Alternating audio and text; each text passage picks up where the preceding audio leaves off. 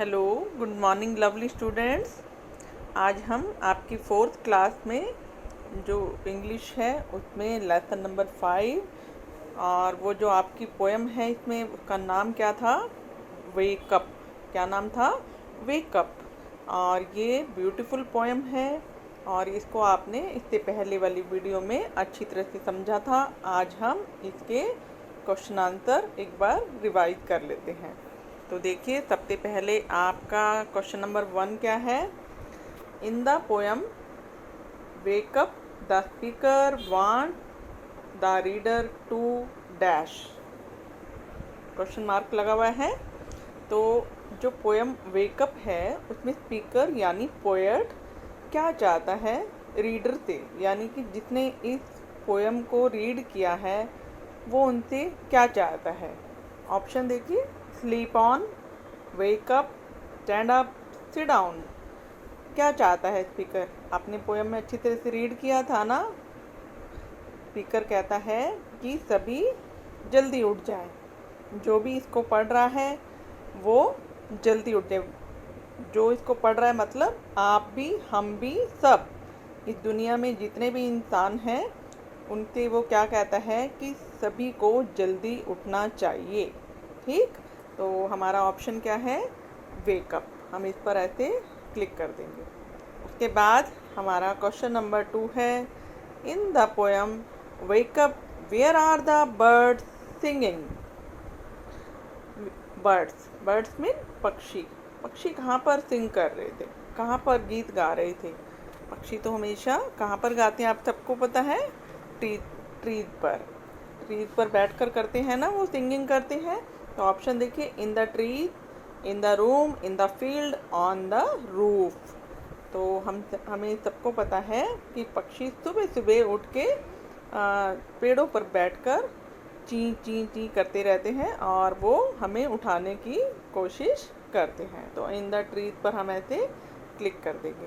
उसके बाद हमारा क्वेश्चन नंबर 3 है, द डे इज। आप ये देखिए, अपने पोएम को अच्छी तरह से रीड किया है तो बताइए डे कैसा है?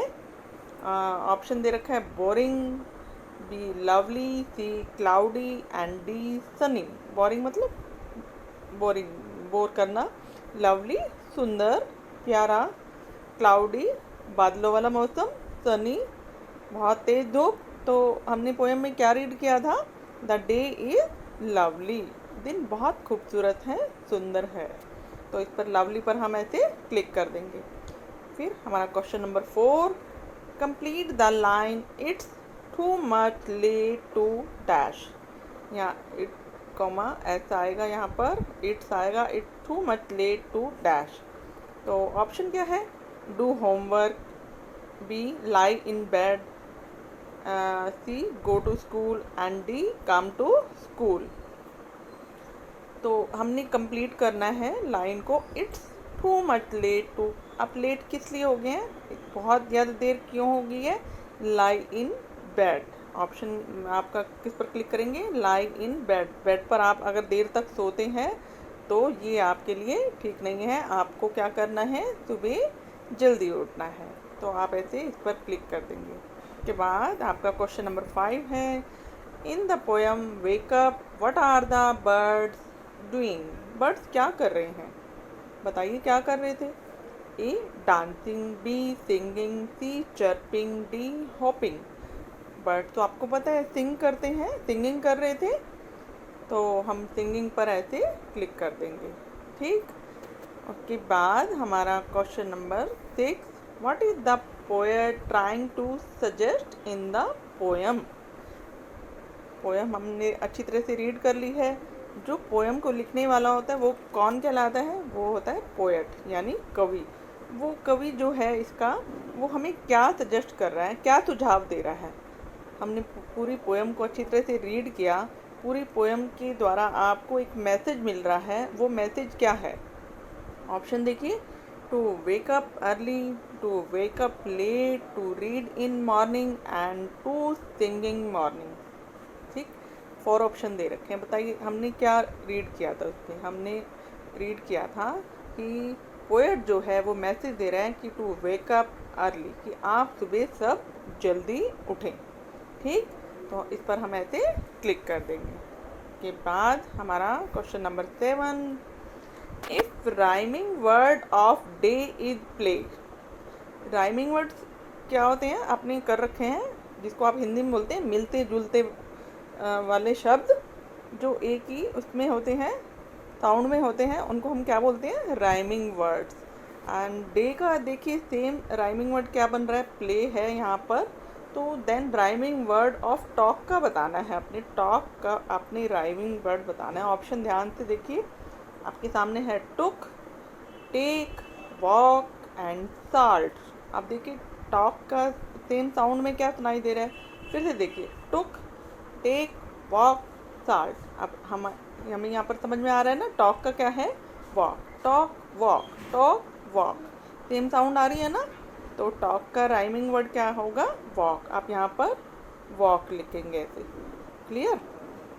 उसके बाद अगला क्वेश्चन ध्यान से देखिए, if the comparative degree of long is longer than comparative degree of fast is. हमने ग्रामर में डिग्री को भी अच्छी तरह से समझ रखा है। डिग्री कितनी टाइप की होती है, 3 टाइप की होती है। और इसमें कौन सी दे रखी है, देखिए comparative degree of long is longer. जो लॉन्ग वर्ड है उसकी कंपैरेटिव डिग्री है लॉन्गर। तो ऐसे ही हमने फास्ट की बनानी है, जैसे लॉन्ग की लॉन्गर हुई तो फास्ट की क्या हुई, बताइए बताइए। बिल्कुल सही, फास्ट की हुई फास्टर। अब देखिए फास्टर कहाँ लिखा हुआ है, ऑप्शन देखते हैं हम, fastest, faster, fastler and more fast. अब ये देखिए फास्टर ये लिखा हुआ आपका, यहाँ पर आप ऐसे क्लिक कर देंगे, ठीक। उसके बाद हमारा question number 9, what does the poet want the reader to. जो पोएट है, कवि है, जिसने इस कविता को लिखा है, पोएम को लिखा है, वो रीडर यानी पाठक, हम जो इसे पढ़ रहे हैं उनसे वो क्या चाहता है, बताइए क्या चाहता है वो। ऑप्शन है sleep on, wake up and laugh, और क्या देखा, मेक हेल्पफुल। बताइए पूरी पोएम में हमारे को एक ही मैसेज मिल रहा है कि पोएट सबसे ये चाहता है कि आप सुबह जल्दी उठिए। तो हमारा ऑप्शन क्या है, वेक अप, ठीक। के बाद हमारा question number 10, what type of the day is. किस तरह का दिन है। तो बताइए हमने पोएम में क्या रीड किया, अभी ये क्वेश्चन पहले भी आया था, फिर से आ गया, देखिए सेम वही क्वेश्चन है, lovely, boring, cloudy, sunny day. तो किस तरह का दिन है उसमें, पोएम में लवली। लवली हमने पहले भी किया था, फिर से आया है, इस पर क्लिक कर देंगे हम। Next question number 11, what is the sound of dog. अपने सभी एनिमल्स की साउंड याद कर रखी है और आपको पता भी है। तो डॉग की कौन सी साउंड होती है, इंग्लिश में हम क्या बोलते हैं। तो पहले हम देख लेते हैं किसकी कौन कौन सी साउंड है। ये है ने, और ये है बार्क, और ये म्याऊ। म्याऊ तो आप सबको पता है। और चौथा क्या है, ब्रे। ने किसकी साउंड होती है, ये होती है हॉर्स की साउंड होती है। और बार्क होती है डॉग की साउंड होती है। और म्याऊ किसकी होती है, म्याऊ तो सबको पता है, बता सकते हैं ना, बिल्कुल सही, कैट की साउंड होती है ये तो। और ब्रे किसकी होती है, डंकी की। डंकी की साउंड कौन सी होती है, ब्रे होती है।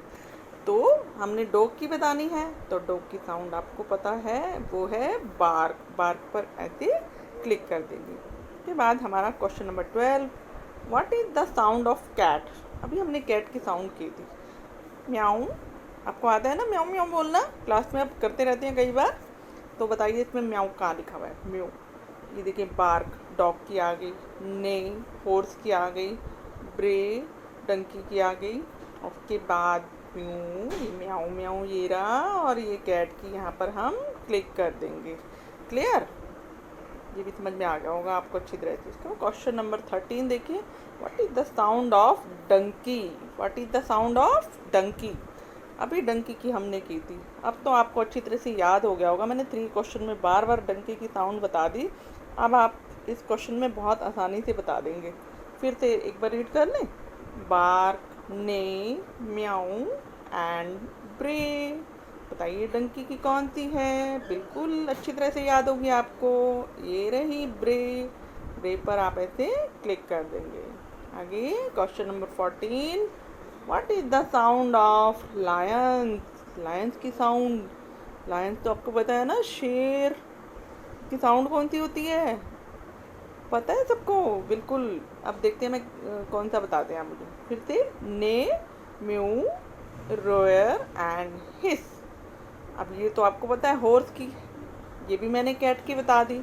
अब ये दोनों रहेगी, दोनों में से बताओ कौन सी होती है। एक तो हिस दे रखे है, एक रोयर दे रखी है, बताओ कौन सी होती है लायन की?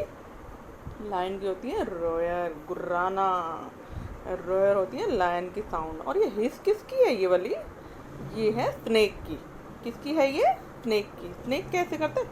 हिस, हिस बोलते हैं हम, फुस करता है वो, उसको हम इंग्लिश में क्या बोलते हैं? हिस। क्लियर? फिर से बता देती हूँ मैं आपको, इस पर क्लिक करना है आपने, रोयर पर, वो तो मैं आपको यहाँ समझा रही थी, ठीक है।